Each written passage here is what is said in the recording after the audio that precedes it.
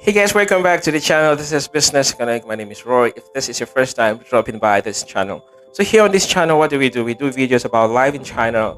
We talk about how international students survive in China, how experts survive in China, and generally I share videos about my life in China and the experiences that I go through in China as a foreigner. So recently we've been doing videos about when students will return to China, and we've shared a lot of videos about this content. And so in this video, we'll be talking about rumors that are going on that some universities are sending emails for students to prepare their things and prepare the cost of returning back to China. So, because it was rumors, we were just seeing it over the internet, I decided to create a poll on my channel to ask students to send me the emails if they've actually received them directly from their universities or if they've just sent them on the internet or if they've not sent anything at all as far as that is concerned.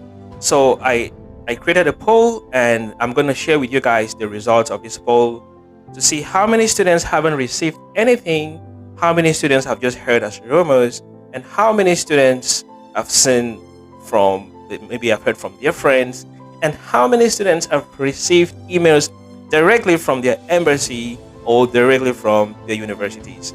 And we are going to look at these emails because they're good signs though to show that at least something is happening, and we hope that students will return to China soon.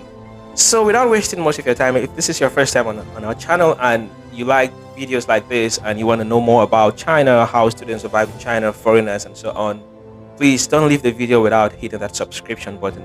Join us on the channel so that when we bring interesting videos like this, YouTube will notify you and you'll be the first to watch our videos. And that's the only way you can support us. Like, the only support you can give us is to subscribe to our channel and let the channel grow.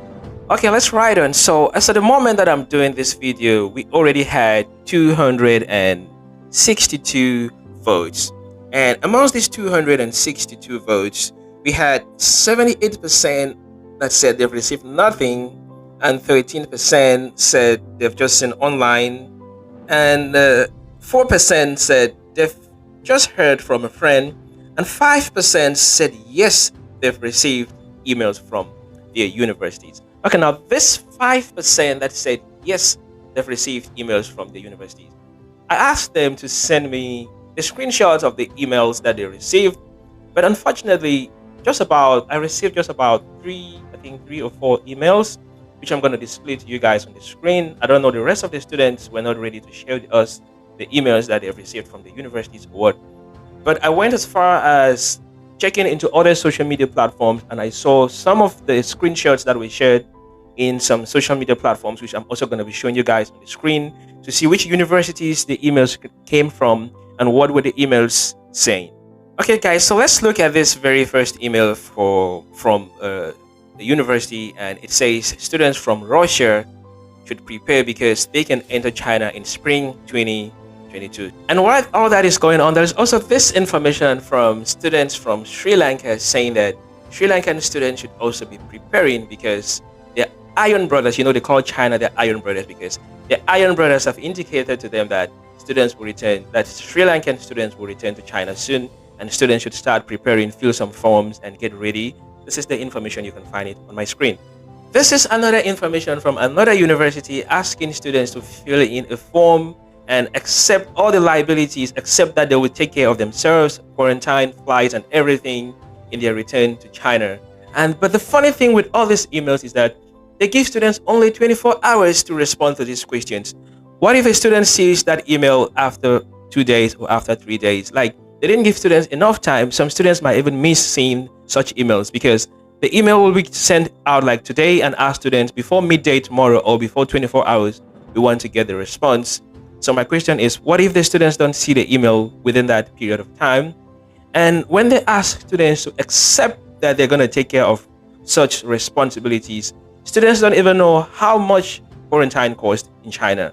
Students don't even know how much the flight tickets will cost at the time. But just to let you know, quarantine per day in China will cost between 200 to 600 yuan per day, and your food is about 100 yuan. Okay, let's just say your quarantine per day is 300 yuan plus food, which is about, say, 100 yuan. So in total, For 14 days, if you have to stay in a hotel, you should be preparing between 5 to 6,000 yuan. That is about, let's just say 6,000 yuan for 14 days. And it depends on your city. What if you stay in a city that will ask for 21 days of quarantine or for 28 days of quarantine?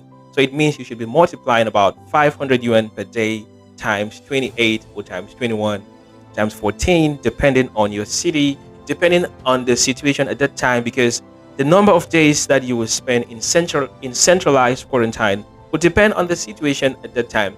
But just to let you know, it's not going to be less than 14 days. Let's just say between 14 days to 21 days. You have to multiply that cost, and then you have to think about your flight ticket, which we are very sure, and we all know that flight tickets are not the same. Flight tickets will vary from country to country. But if I were you, to be on the safe side, I would like to look at projected flight tickets, say from March and above. And you ask yourself, okay, say if my flight ticket from March and above, say it's 3,000 yuan, then I'll just project that my quarantine fees will be, say, 6,000 yuan. So it means that the cost of my quarantine and my flight ticket will be 9,000 yuan. So I'll just make it 10,000 yuan. So just project yourself and say, okay, my quarantine expenses will be 10,000 yuan, and ask yourself, am I ready for this expense before you sign the letter from your university? So I received this email also from a student saying that the university is asking them to get ready and asking them if they have had their vaccine and which vaccine and when did they have it, and asking them to prepare because authorities have notified them that students can start preparing for their return to China. So from all these emails, we've seen that the universities have not said clearly that students will return to China on this date or on this date. They've just made students to understand that authorities have looked at the situation and see that students can soon return to China.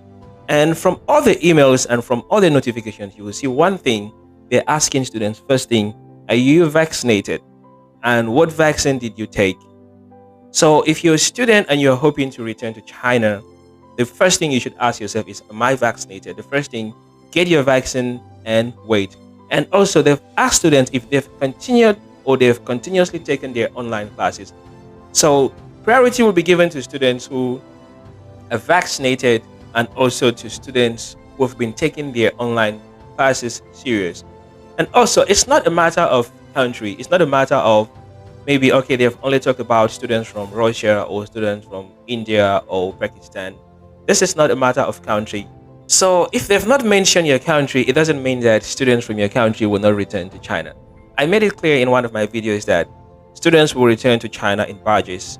So if they have only talked about students from Russia, students from Pakistan, Indonesia, I don't know, Sri Lanka, and so on, it doesn't mean that if they have not mentioned, say, Nigeria, or if they have not mentioned Cameroon, or if they have not mentioned, I don't know, which other African country or which other Asian or American country, it doesn't mean that students from that country will not return to China.